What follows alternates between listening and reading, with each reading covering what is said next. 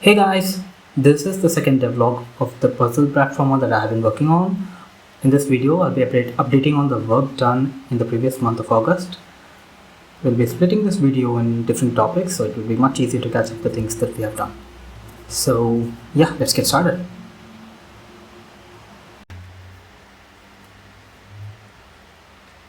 So let's get started with the gameplay updates first. So we have new set of tiles that we have added in the last month. The first one is the pickable object tile. So this is one where we are able to pick the object from this tile and put it into any other tile. So this makes the game a lot more interactive, and it opens up certain things that can be a bit tricky to get around. So this is the first type of tile, and the second one is the pressure tile. As the name suggests, you stand on it, it does some kind of action or something, it triggers. So you can pull different mechanics through this tile. And third one is the landmine tile, and this is basically, as the name suggests, like you stand on it, you get blasted. So this was just the tile updates. Then we have added new particles and animation to the previously existing tiles. We have updated some as well. So this was a little bit of a work because we had some dummy animations, but we just replaced it with the better ones and the ones that we will be like probably using in the game. So this looks amazing for now. And we have also updated the player animations. Like we have added animation for several interactions in the game and the player particle effects. So we now have added particle effects for few animations, like player spawn, like the wisp interaction, and few more things. So this makes the game feel a lot more magical. So like considering the game is all about magic, so this feels really good.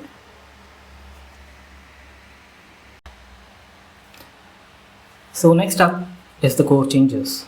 So basically the core changes are the thing that could impact the whole game. So let's get started with that.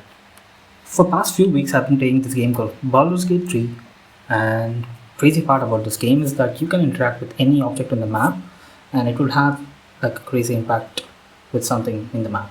So yeah, something like that I wish that I could also add to my game. So I tried to make a tile that is called a pickable object. So this tile would contain an object that you can actually use it and interact with it in any other tile. So like just for an example, we have this crate object. So this is a pickable object tile, and the crate is a type of it, right? So you can pick up this crate and put it in a mine tile. It would blast because the mine has a tile. So instead of player just going in and dying, you could just use this to get over that, right? So this kind of opens up few opportunities in the game where you could make some crazy interactions with other tiles. So I'm hoping it turns out good. So this was, as much as simple it sounds, it was a little bit difficult and complex to implement because we want this to adapt with every tile that we have created and everything we could create in the future, right? So we had to make some 4 changes to the tile object, so the tile class and stuff. So that was done. So tested out every other type of tile that we had previously and made it in a way that we could just easily reuse this for the future tiles as well. So this was a crazy amount of work, but it turned out pretty good. Now we are able to pick the tile, throw it, use it with other tiles to clear our paths. So next up is the creation tool updates. Previously all the tiles will just have one parameter property which we either use to set target tile or set required property for itself.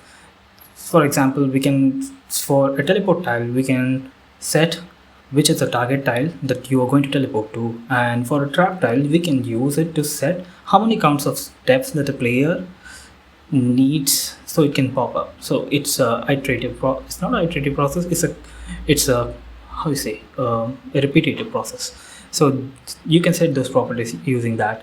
Now we felt there was few constraints with it, so we updated it to hold 3 parameters, and we have made it in a way that we can also increase the count in future if required. Currently it's capped to 3, so there is 1 to target the tile and 2 for setting its own properties.